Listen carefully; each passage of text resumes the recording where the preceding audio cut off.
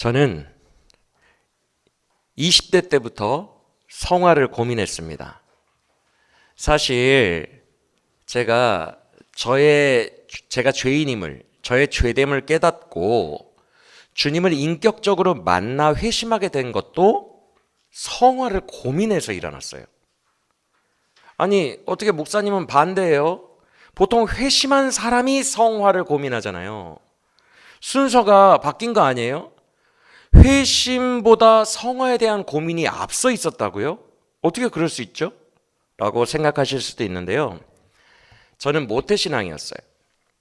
어린 시절부터 교회에서 살다시피 했습니다.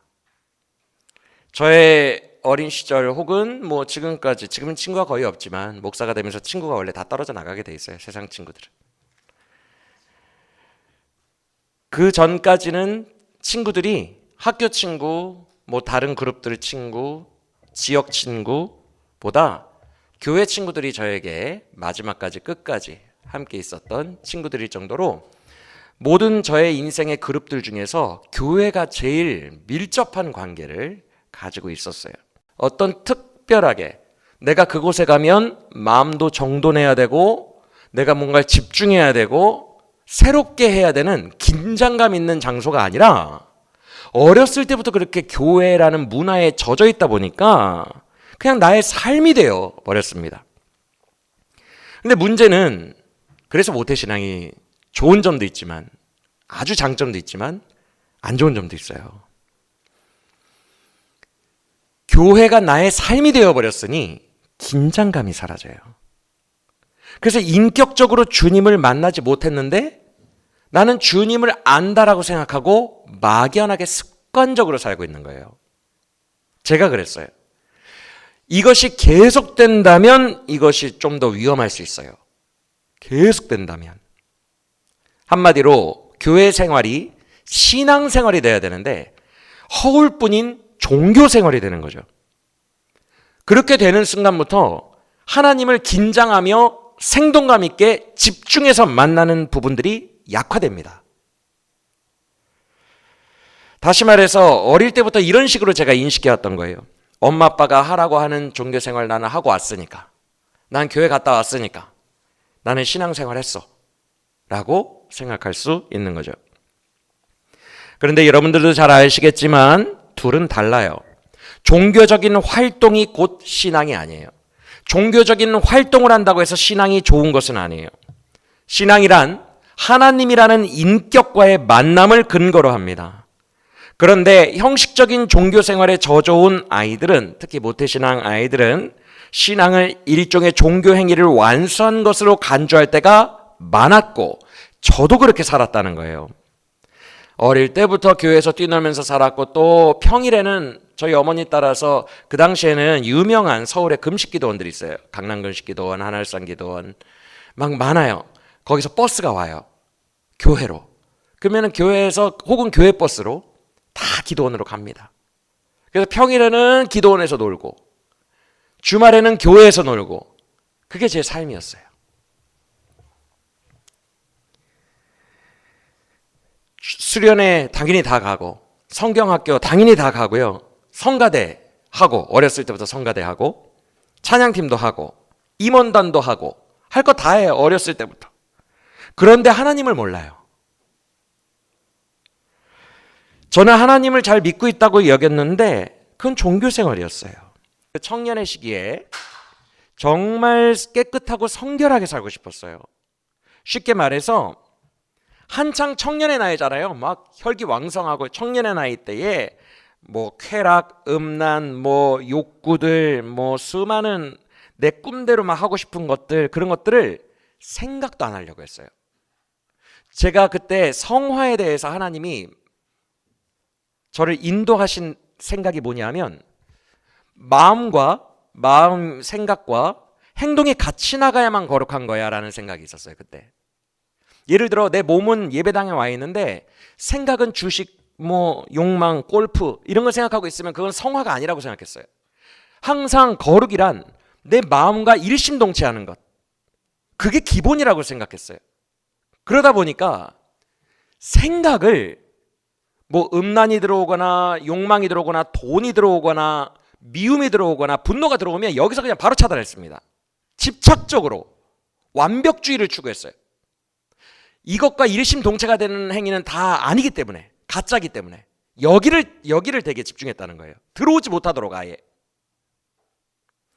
그때가 제가 회심 전에, 즉 성령 받기 전에 인간의 노력으로 성화를 이루려 했던 집착과 완벽주의였어요.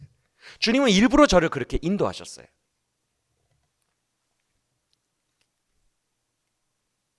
그런데 그렇게 목표를 세우고 제가 청년의 시절을 살아가는데 제가 부인할 수 없는 게 하나 생겼어요. 이게 하나님의 작전이죠, 사실. 부인할 수 없는 진리 하나를 깨닫게 돼요. 그게 뭐냐 하면 성화가 불가능하구나. 더 정확하게 말씀드리면 마음과 생각과 실제로 하는 내 몸의 행동이 성결함으로 가득 차서 일치하며 살아가는 것이 인간인 나에게 무력감을 느낄 정도로 되게 힘들구나라는 거예요. 나는 무력한 존재 아닌가 느낄 정도로 완전히 패배하는 느낌이 있죠. 좀 어떻게 좀 싸워보는 느낌이 아니라, 좀 버텨보는 느낌이 아니라 내가 이렇게 무력한가? 느껴질 정도로 깊은 패배감을 느끼는 거예요. 물론 제가 아예 성화 원했던 그걸 안 한 게 아니에요.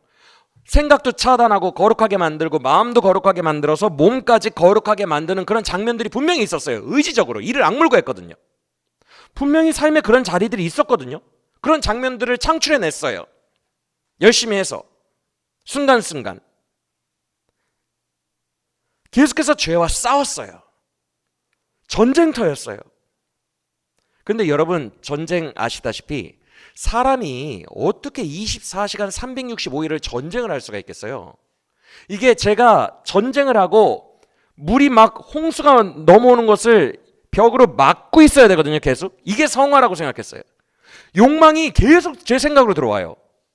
이걸 계속 막고 있거든요, 힘줘서. 전쟁이에요.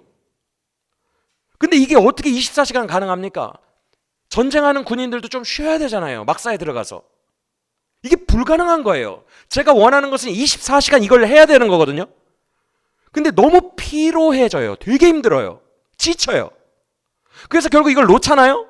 그동안 참았던 죄를 다 짓습니다. 미친 듯이 지어요. 제가 그걸 느꼈어요. 분노의 감정을 막 꾹 누르고 있어요. 화가 나는데 성화해야 돼. 성화해야 돼. 꾹 누르고 있어요. 근데 이게 전쟁이다 보니까 지치거든요. 나도 힘이 빠져요. 딱 놓는 순간 이제까지 참았던 분노를 온 곳에 다 터뜨립니다. 그런 저를 보게 돼요. 그리고 죄책감이 그 다음에 저를 강하게 감싸안죠. 짓눌러요. 너무 힘든 거예요, 이 성화가.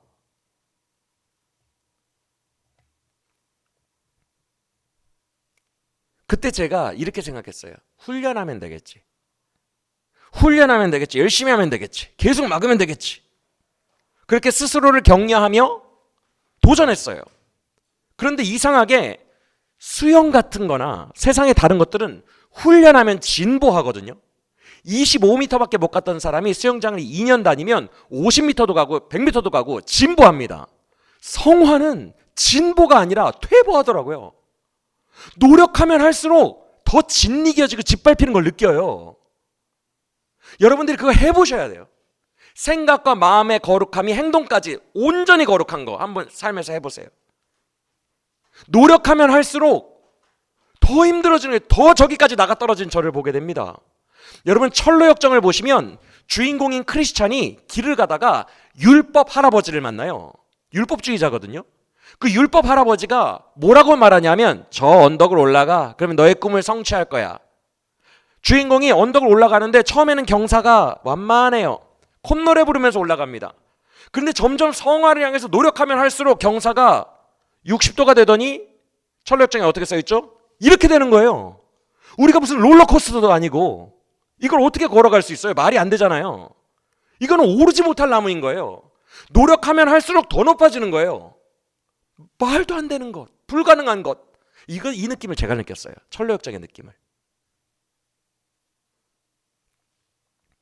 훈련하면 되겠지가 아니라 올라갈수록 더 날아가요. 더 나가 떨어지는 거예요. 깊은 절망이 저를 감싸 안았어요. 거룩이라는 게 성도에게 가능한 걸까? 죄책감이 더 많아졌어요.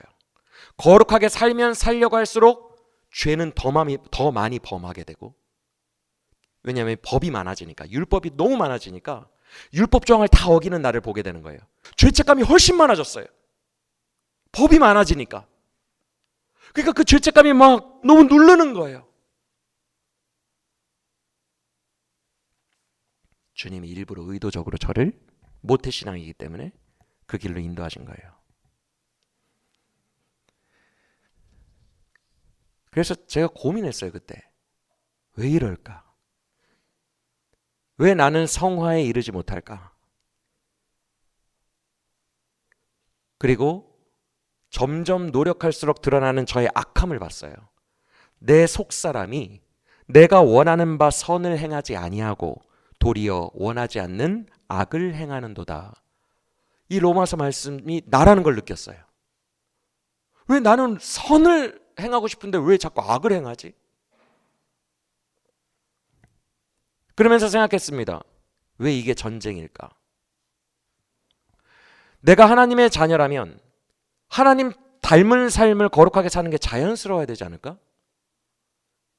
왜 이렇게 막고 있는 거지 지금? 내가 하나님의 자녀고 거룩하게 살고 싶다는데 좀 쑥쑥 잘 되면 안 되나? 근데 왜 이렇게 힘들지? 왜 이게 전쟁이지? 이 구조에 대한 의문이 생기기 시작했어요. 성화가 왜 어렵게 세팅됐지?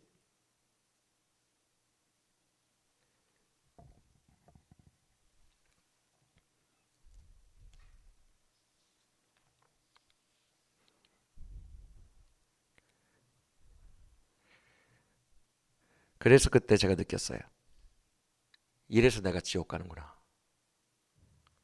내가 뭔가 죄를 지어서 지옥 가는 게 아니라 뭘 해도 의는 행하지 못하고 결국 악으로 귀결되는 존재이기 때문에 아무리 올라가려고 해도 결국 나가 떨어지는 존재이기 때문에 내 존재 자체가 죄인이기 때문에 지옥 가는 거구나. 그걸 깨닫게 되었어요. 성화가 전쟁 같은 이유, 내 안에 원죄가 있어서 그래요. 이 두 힘이 싸우고 있는 겁니다. 근데 원죄가 이기는 거예요.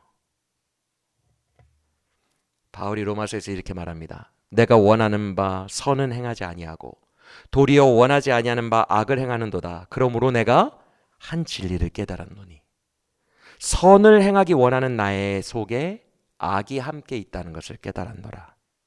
내 속사람은 하나님의 법에 순종하고 싶어 하나 내 속에서 죄의 법이라는 또 다른 법이 나와서 하나님의 법과 싸워 죄의 법으로 나를 결국 사로잡고 이기는 것을 보는도다. 오호라 나는 공고한 사람이로다. 이 사망과 지옥의 몸에서 누가 나를 건져내랴. 로마서 7장. 이 바울의 깨달음을 저도 깨닫게 되었어요. 아, 내가 사망의 몸을 가지고 있구나.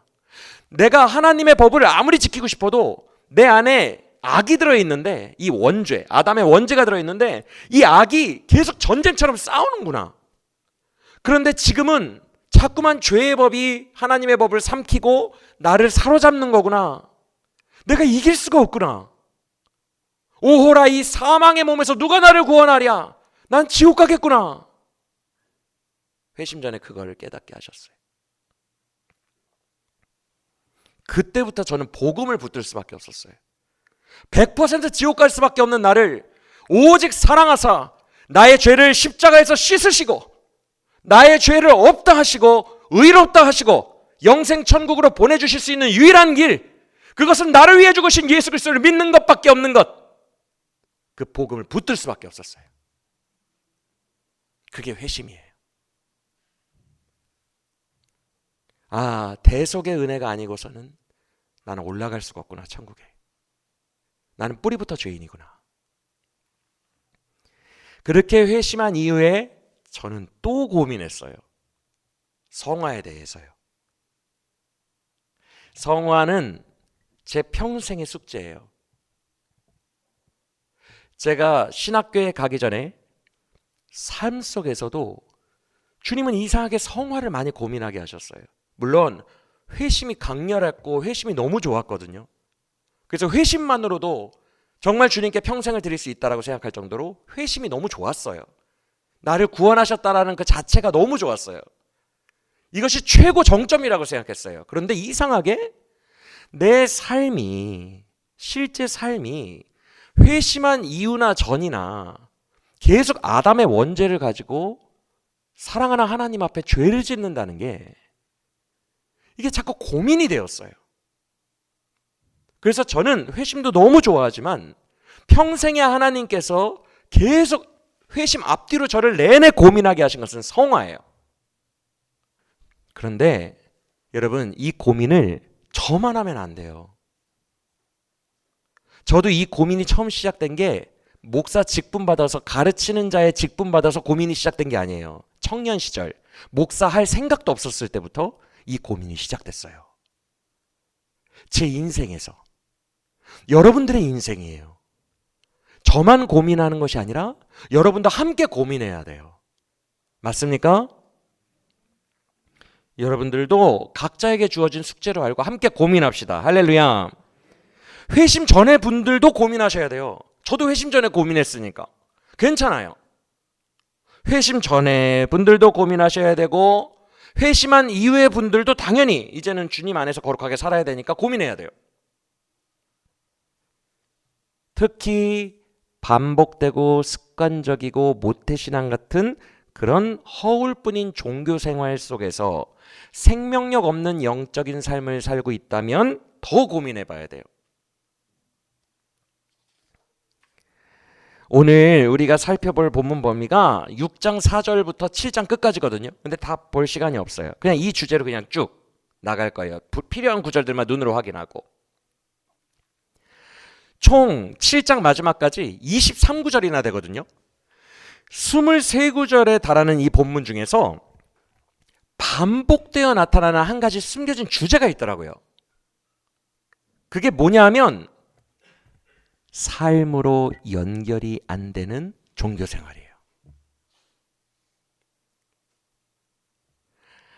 앞서 말씀드린 대로 진짜 내 삶에서 사랑이 넘치고 내 삶에서 하나님의 선하심이, 내가 하나님 닮은 자녀로서 내 말과 행동과 생각과 모든 발걸음 속에 하나님을 닮은 선하심이 뿜어져 나와야 되거든요. 그게 성화입니다. 근데 삶에서 그게 안 되는 거예요. 내가 여전히 악에 사로잡혀 있는 거예요. 그래서 종교 생활 따로, 교회 나가면은 다시 옛 모습 그대로. 이게 반복되는 거예요. 예배 자리의 내 모습과 삶에서의 내 모습이 다른 거예요. 이 괴리감. 그것을 오늘 본문이 집중적으로 말씀하고 있더라고요. 그런 부강국 사람들의 모습이 오늘 본문에 곳곳에 있는데 제일 먼저 볼 수 있는 게 4절이죠. 오늘 본문의 첫 구절인 4절. 한번 읽어볼까요? 여러분 딱 힘있게 시작.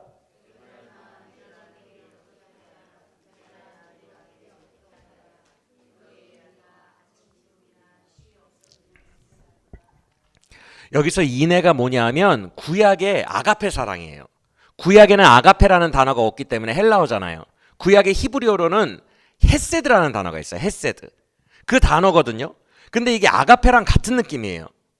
즉 너희에게 인애가 없도다, 이 말은 뭐냐 하면 우리의 진짜 삶에 막 사랑이 뿜어져 나오는, 하나님 닮은 그 막강한 사랑이 뿜어져 나오는 그 아가페 사랑이 없다라는 말이거든요. 그래서 너희에게 인애가 없도다, 이 말은 이런 단어로 바꿔서 이해해도 돼요. 너희에게 성화가 없다, 이렇게 바꿔도 돼요. 왜냐하면 사랑으로 충만한 게 성화이기 때문입니다. 맞습니까? 여러분, 성화가 뭐예요? 위로는 내 하나님 사랑하고 아래로는 이웃 사랑하는 게 성화죠. 사랑이 없다라고 하니까 곧 성화가 없는 거나 마찬가지라는 거예요. 그래서 이 인애라는 단어가 나오면 다 성화로 한번 바꿔볼게요. 문장을 성화로 바꿔서 다시 4절을 보세요. 표현이 어떻게 돼요? 너희의 성화가 내가 볼 때 마치 아침 구름이나 이슬 같구나. 이렇게 말씀하시는 거예요. 맞아요? 여러분, 이게 무슨 말이냐면 뭐 한국도 대체로 그렇지만 고대 근동은요, 기후가 밤새도록 습해요. 그래서 땅에 이슬이, 기온차 때문에 이슬이 쫙 맺혀요. 이슬이 막 밤새 맺히고요. 아침에 일어나 보면 땅 위에 습도가 너무 많으니까 운무 같은 게 이렇게 안개 같은 게 껴있어요. 근데 신기한 게 고대 근동 사막 기후잖아요. 이스라엘 다 황토색이잖아요. 여러분들 아시다시피. 햇빛이 딱 뜨는 순간, 새벽 6시에 해가 뜨는 순간 30초도 되지 않아서 싹 사라집니다. 정말 30초도 되지 않아서 쫙 꺼쳐요. 다 쩍쩍 갈라지게 건조해집니다. 그게 사막 기후거든요.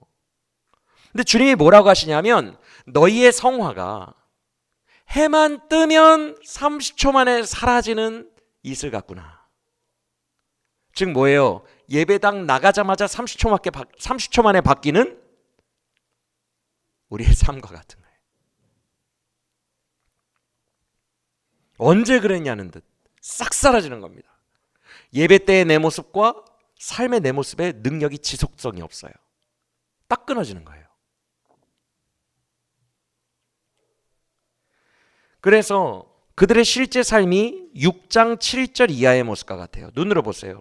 그들은 하나님께 반역했고 7절 그리고 8, 9절 온 땅에는 피가 가득하고 9절 살인이 가득하고 10절 가증하고 음행하고 더럽혀졌다. 이게 그들의 실제 삶인 거예요.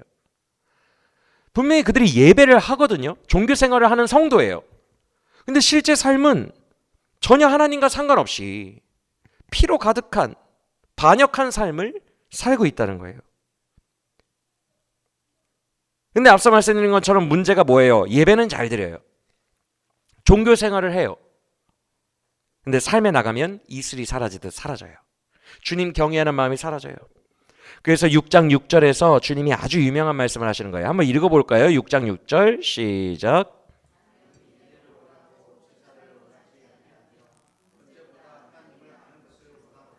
종교 생활을 원하지 않으신다는 거예요. 껍질뿐인 종교 생활을 원하지 않고 여기 모든 인내라는 단어를 성화로 바꿀 수 있다 그랬죠? 나는 너의 삶의 성화를 원하고 종교 생활보다 하나님을 아는 걸 원한다. 여기서 안다라는 말 그때 설명해 드렸죠? 하나님을 경외하며 인격적으로 동행하는 거예요. 나는 너의 삶에서 나와 인격적으로 동행하고 언제나 나를 존중하며 경외하며 성화의 삶을 사는 것을 더 원한단다 라고 말씀해 주시는 거예요. 그리고 또 이런 내용이 삶과의 괴리감, 이 내용이 7장 14절에도 있죠. 한번 7장 14절도 읽어보시겠어요? 7장 14절 시작. 성심으로 나를 부르지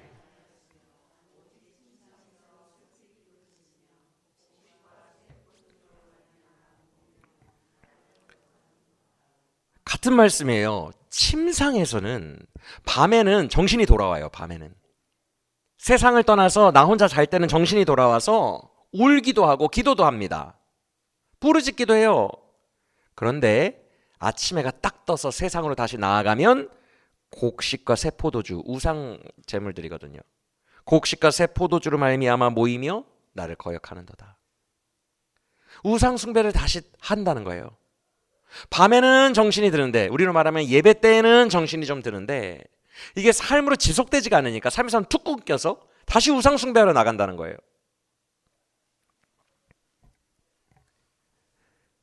여러분 혹시 저와 여러분이 이렇지는 않습니까? 이거 고민이죠. 우리의 고민이죠. 맞아요? 우리가 성화를 고민하는 이유예요. 이게 잘 연결이 안 되는 거예요. 너무 힘들어요.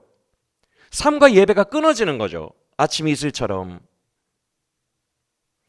그래서 세상을 잠시 떠나 이렇게 예배당에 나왔을 때나 혼자 집에서 이렇게 눈 감을 때, 오늘 치열하게 살고 딱 눈 감았는데 미워했던 사람들, 내가 함부로 말했던 것들, 막 수많은 욕망이 막 드러났던 것들, 실수했던 것들, 후회로 가득해가지고 딱 누워서 주님, 저 이렇게 세속적으로 살면 안 되는데요. 그러다가 다음날 아침에 일어나면 다시 우상숭배로 나아가는 거예요.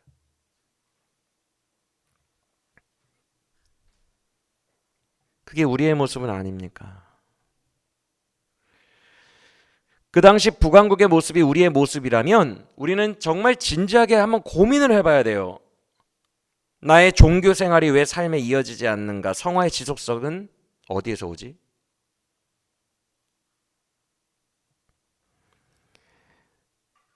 그 답부터 알려드리는데 그 답이 너무 뻔한 이야기를 해서 정말 죄송합니다. 힘이 쭉 빠지게 해서. 호세아서의 주제대로 답을 알려드리면 우리가 온전한 회개를 하지 않아서 그래요. 근데 온전한 회개 지금 계속 배우고 있지만 너무 추상적이죠. 그리고 너무 완벽주의적이죠. 온전해야 된다. 어떤 지점이 있는 것 같잖아요. 완벽주의적인 어떤 지점. 거기에 도달해야만 뭔가 능력이 올 것 같은. 그래서 좀 추상적이고 완벽주의적인 느낌을 걷어버리고 오늘 좀 손에 잡히게 이 회개가 뭔지, 호세아서에서 말하는 회개의 느낌이 뭔지를 좀 이렇게 고민해 보려고 해요. 주님이 이렇게 지속성이 떨어지는 우리의 삶에서 원하시고 이끄시는 게 뭔지, 그 회개가 뭔지. 일단 답이 회개다라고 결론 지은 원인을 말씀드릴게요. 지금 북왕국이 이 지경이 된 것은 즉 침상에 있을 때와 세상에 나갔을 때가 다르고 아침 있을 때와 밤이 다른 이유는, 확연하게 다른 이유는 7장 8절 때문이에요. 7장 8절 읽어보겠습니다. 시작.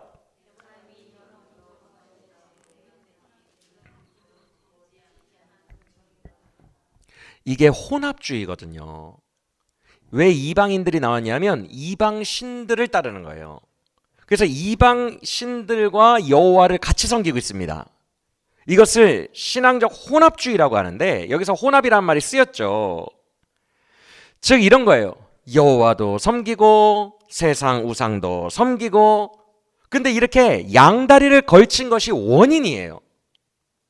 우리가 왜 그렇게 아침 이슬처럼 삶 속에서 힘을 못 받냐 하면 혼합주의 때문에 그래요. 그래서 동양 사상에서는 중용을 미덕으로 여기지만 성경은 중용을 제일 안 좋은 걸로 여겨요.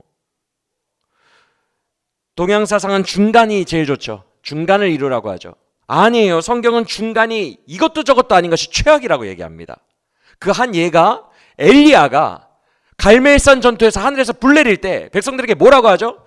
너희는 여호와냐 바알이냐 언제까지 머뭇머뭇하려 하느냐, 오늘 너희가 섬길 신을 결정하라 라고 얘기합니다. 요한계시록에서 라오디게아 교회는 뭐라고 하죠? 너희가 차지도 않고 뜨겁지도 아니하고 미지근하니 내가 토해버리는 게 맞지 않느냐. 라오디게아는 두 개의 물줄기가, 강이 산에서 내려온 물줄기가 합쳐지는 곳이 있어요. 하나는 되게 차게 내려오는 거고 하나는 되게 뜨겁게 내려와요. 이게 합쳐지는 곳 물을 안 마십니다. 그 사람들은 제일 맛없고 너무 토할 것 같아서 안 먹어요. 그걸 예로 든 거예요. 성경은 중용을 최악으로 봅니다. 토해버리는 걸로 봐요. 이거는 뭐 아무 쓸데가 없는 거예요. 차라리 뜨거운 물은 쓸 때가 있고 차가운 물은 쓸 때가 있는데 중간 상태의 성도는 가장 위험한 거예요. 그래서 엘리야가 빨리 결정하라고 한 거예요. 회색지대는 너무 위험한 거니까. 혼합주의가 차라리 바알을 노골적으로 섬기는 것보다 더 안 좋다는 거예요. 베드로후서 2장을 보면 베드로가 이런 말을 합니다. 롯은 의인이다라고 얘기해요. 아니 소돔과 고모라에 들어갔던 롯이 왜 의인인가? 아브라함의 중보기도로 구원받았잖아요. 나중에 맞습니까?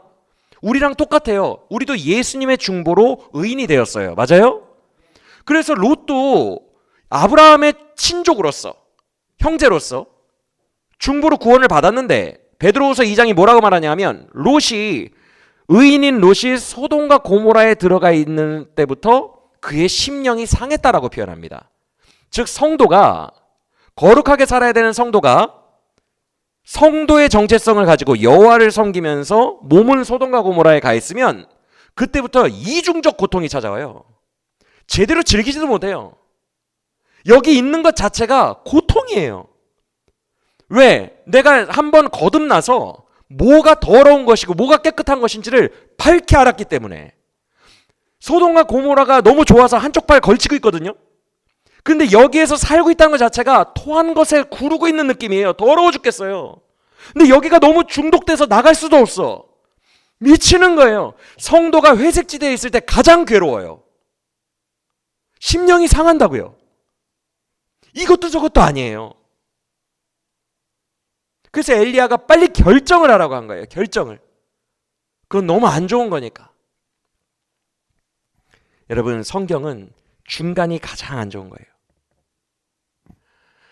방금 읽은 7장 8절의 비유를 보세요. 뭐라고 비유했죠?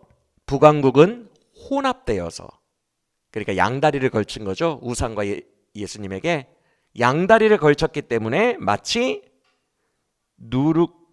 뒤집지 않은 전병 같다고 돼 있어요. 이게 무슨 말이냐면, 여러분, 이 전병은 밀가루를 반죽합니다. 반죽해서 누룩을 잘 안 넣어요. 부풀어 오르니까 안 넣고 비스켓처럼 먹는 거예요. 그래서 마치 피자 밑판처럼 딱 눌러요. 이렇게 납작하게 눌러서 화덕에 굽습니다. 그런데 납작하기 때문에 계속 뒤집어줘야 되거든요. 이거 안 뒤집었을 때 어떻게 될 것 같아요? 아래쪽은 새까맣게 타고 위쪽은 밀가루 눅진눅진한 반죽이 남아있어요. 아무도 안 먹어요. 못 먹는다는 거예요. 그게 중간이에요. 북왕국은 혼합되어서, 이방 우상들과 혼합되어서 아래는 새까맣게 타고 위에는 반죽이 그대로 있어서 아무도 먹을 수 없는 음식이 되었도다. 여러분, 우리가 회색지대에 있는 것이 안전하다고 느끼면 안 돼요. 이것이 우리의 심령이 죽어가고 있는 거예요. 할렐루야.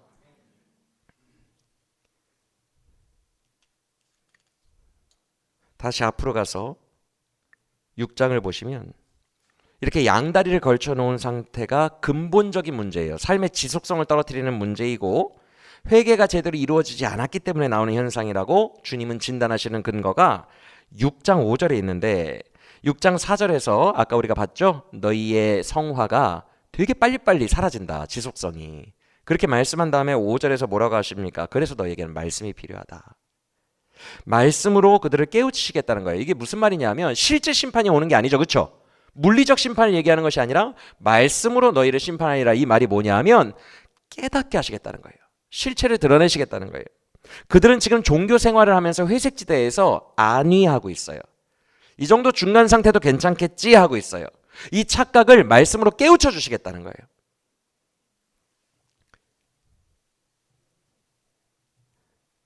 자, 그렇다면 우리를 이 회색지대에서 삶의 지속성 있는 성화로 인도하게 해주는 그 회개, 그 회개는 어떤 회개일까? 아까도 말씀드렸다시피 오늘 너무 어렵고 부담스럽게 생각하지 맙시다. 회개에서 가장 중요한 것은 내 마음이에요. 7장 14절을 다시 보시겠어요? 7장 14절. 그들이 성심으로 나를 부르지 않았다라는 말투가 있어요. 바로 이 성심이 중요합니다. 성심.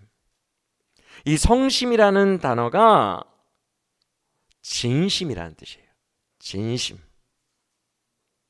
그러니까 마음이 진심으로 여호와를 향해야 돼요. 그걸 회개라고 합니다. 내 마음이 진심으로 여호와를 원해야 돼요. 여러분, 모든 신앙의 능력은 진심에 있어요. 여러분, 이거 느껴보셨어요? 기도를 내가 하는데 계속 그냥 주님 도와주시옵소서, 이것도 잘 되게 해주시고 이것도 잘 되게 이것도 도와주시옵소서 하는데 허공을 때리는 느낌이 들어요. 우리 젊은 애들 말로 영혼이 없어. 영혼이 그냥 하는 거야. 그냥. 혹은 다 같이 모여서 기도하거나 대표 기도를 할 때 대표 기도자가 빵빵 쏴주는, 빵빵 꽂히는, 주여 도우소서, 하늘문이 열리고 성령이 내리게 하여 주시옵소서, 빵빵 쏘는 게 아니라 주님 우리가 잘 되게 해주시고 뭐뭐 해주시고 하는데 졸려. 허공을 때리는 것 같아. 기도가 멍하니. 그걸 느낄 때가 여러분들이 있을 거예요. 왜 그런 줄 아세요? 영성이 좋고 나쁘고가 아니라 진실성이 없기 때문에 그래요. 진심으로 원하는 기도와 그냥 하는 기도는 달라요. 모든 기독교의 능력은 진실에서 와요. 내가 진심이어야 돼요. 마음이. 설교도 똑같아요. 설교도 아주 수려한 지식으로 화려하게 설교를 하는데 이상하게 은혜가 안 돼. 왜 그래요? 설교자가 머리로만 하고 진심이 담겨있지 않아서 그런 거예요. 모든 기독교의 능력은 진심에 옵니다. 할렐루야. 진심으로 원해야 돼요, 여러분이. 우리가 정말 그걸 원해야 돼요. 그걸 회개라고 합니다. 말로만 하는 것이 아니라 주님 정말 거룩하게 살고 싶어요. 정말 제 삶이 온전해지고 싶어요. 제 삶이 주의 거룩의 능력으로 가득하고 싶어요. 온갖 더러운 것들이 다 떠나가고 더러운 것들이 저를 만지지도 못하게 하고 싶어요. 능력으로 충만하고 싶어요. 제가 외치는 모든 것마다 주님이 동행하는 능력에 주님과 하나된 연합한 삶을 살고 싶어요. 정말 제대로 살고 싶어요 라고 진심으로 외쳐야 된다고요. 진심으로. 그걸 회개라고 합니다. 즉 이 진심으로 막 단전에서부터 끄잡아내는 거예요. 진심으로부터 단전에서부터 끄잡아내는 이 원함, 이것이 우리의 마음을 점점 여호와를 방향으로 돌리는 거예요. 이해가 되십니까? 그래서 회개란 돌아서다라는 뜻을 가지고 있다고 그랬잖아요. 여호와 방향으로 돌려주는 거예요. 그걸 회개라고 합니다. 여러분, 진실함이 있어야 돼요. 예배 때 특히 여러분 진실함이 없으면 삶에서는 거의 가능성이 없다고 보시면 돼요. 예배 때도 내가 지금 진심으로 막 여기 단전에서부터 끌어오는 주님 도와주세요 라는 이 어떤 에너지, 그게 없이 멍하게 예배에 있다 가면 삶에서는 이 근력이 막 끄잡아낼 힘이 없어요. 그나마 예배 때에 이거 올라온 거 이걸 붙들고 삶에서도 계속 기도하면서 이렇게 지내는 거거든요. 예배 때에 여러분 1초라도 좋아요. 1분이라도 좋아요. 진심이 막 여기서부터 끌어오르는 뜨거운 게 있어야 돼요. 이런 예배가 회복되기를 원합니다. 진심함의 예배. 이게 없으면 죽은 예배예요. 예배가 죽으면 삶도 죽어요. 힘의 근거가 없어요. 진심의 예배가 회복되는 우리 모두가 되기를 간절히 원합니다. 자, 그러면 왜 진심만 있으면 되느냐? 설명해 드릴게요. 제가 앞서 제 이야기를 하면서 이런 얘기를 했어요. 회심 전에 저도 성화를 고민했습니다. 그리고 성화를 위해서 노력했다고 그랬어요. 여러분, 저 회심 전에 청년 시절이 지금보다 더 전쟁같이 살았어요. 지금은 주님이 나를 사랑하시고 영원히 나의 죄를 용서하셨다는 그 안일함이 좀 있어요. 이게 회심의 어떻게 보면 부작용일 수도 있는데 지금은 그 안일함이 있어요. 주님이 나와 함께 하시지, 이 든든함이 때로는 회심 전보다 나태함으로 이끌기도 해요. 근데 회심 전에는 주님이 내 안에 없어요. 나 혼자서 막 분투하는 거예요.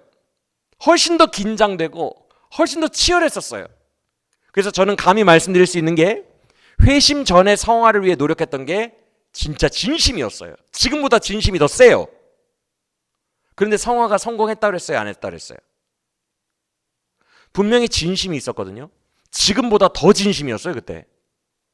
그런데 분명히 진심을 가졌는데 실패했어요. 근데 지금은 달라요.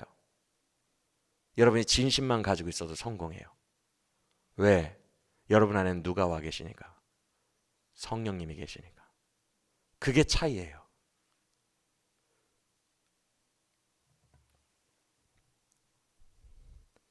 여기에서 성령이 있고 없고가 갈려요.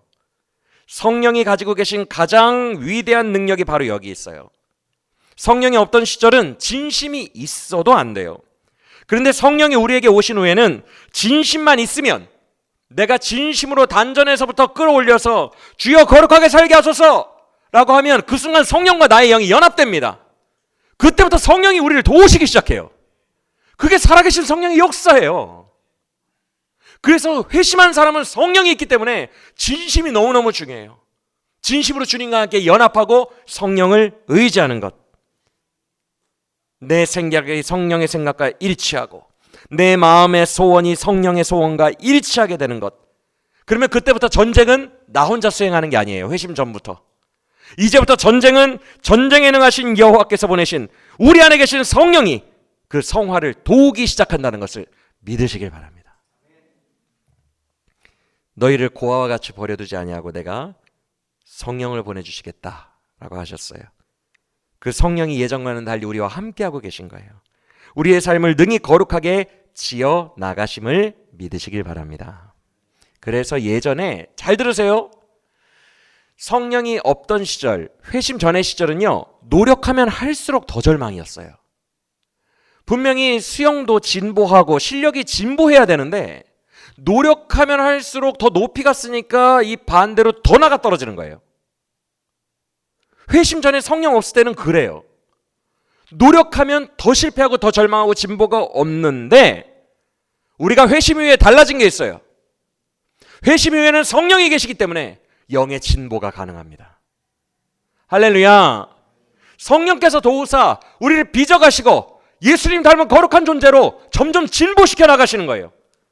하루 만에 내가 완전해질 수는 없어도 나를 더 낫게 만드시고 나를 오늘도 만들어 가시는 분 성령께서 여러분을 인도하신다는 것이 달라졌음을 믿으시길 바랍니다. 그래서 예전에는 절망밖에 없었는데 이제는 아니에요. 이제는 성령 안에서 소망이 있는 거예요. 할렐루야. 주의 나라가 여러분 안에서 진보할 수 있어요. 점점 조금씩 지어져 나갈 수 있어요. 성령님과 함께라면 주님을 의지하여 승리하는 빈도수가 아주 조금씩 진보합니다. 예전에는 노력했다가 더 절망했는데 이제는 아주 조금씩 빈도수가 증가하고 내 삶에 하나님의 나라가 조금씩 증가하고 있고 눈에 보이지 않는 가운데에서 내가 하나님을 찾는 빈도수가 점점 늘어나고 있고 내가 하나님을 이해하고 아는 그 깊이가 아주 조금씩 늘어나고 있는 거예요. 이게 회심 이후에 우리의 생명을 주님께서 주장하고 계시다는 증거입니다. 할렐루야. 믿으시길 바랍니다. 그래서 절망하지 마세요. 소망을 가지세요. 이제는 성령께서 여러분과 함께 계십니다. 그래서 오늘 본문에서 계속 기도와 관련한 말씀이 있는 거예요. 이 말씀하고 말씀 마칩니다. 기도가 되게 중요해요. 여러분 7장 7절 보세요. 어떤 표현이 있냐면 오늘 문맥 속에서 그들은 내게 부르짖지를 않았다라고 표현하시는 부분이 있어요. 그들은 내게 부르짖지를 않는다. 그 아래 10절도 보세요. 그들은 나에게 구하지를 않는다. 그 아래 11절 보세요. 그들은 엄한 애굽에게 향하여 부르짖는다. 나에게 부르짖지를 않는다. 14절도 보세요. 침상에서나 부르짖지 성심으로 삶에서 부르짖지를 않는다. 이렇게 말합니다. 오늘 본문 전체에 걸쳐 있는 핵심, 왜 부르짖지 않느냐? 왜 단전에서부터 끌어올리는 그 깊은 진심의 기도, 주여 나를 도우소서. 왜 나를 찾지 않느냐? 왜 나에게 기도하지 않느냐? 라고 말씀하시는 이유, 우리가 진심의 마음을 가지고 우리 안에 계신 성령을 의지하면, 부르짖어 기도하고 의지하면 주님이 그때부터 일하신다는 것입니다. 할렐루야. 기도에 힘이 있습니다. 진실한 기도에 힘이 있습니다. 그 기도를 주님이 들으십니다. 그리고 우리와 함께 하십니다. 이 기도가 회복되는, 특히 예배 때 회복되는 우리 모두가 되시기를 간절히 원합니다. 여러분은 버림받지 않았어요. 소망이 있어요. 여러분 안에 성령을 주셨어요. 그 성령은 인격적이시기 때문에 여러분이 진심의 마음의 기도로 그와 합하는 순간부터 일하기 시작하십니다. 그는 억지로 막 비인격적으로 우리를 조종하지 않으세요. 우리의 마음이 합해지기를 기다리고 계십니다. 그 우리의 마음이 합해지는 것이 기도입니다. 부르짖어 진심으로 주를 찾아 내가 이전에는 이루지 못했던 성화의 삶을 점진적으로 조금씩 이루어 나가는 우리 모두가 되시기를 예수님의 이름으로 간절히 축원합니다.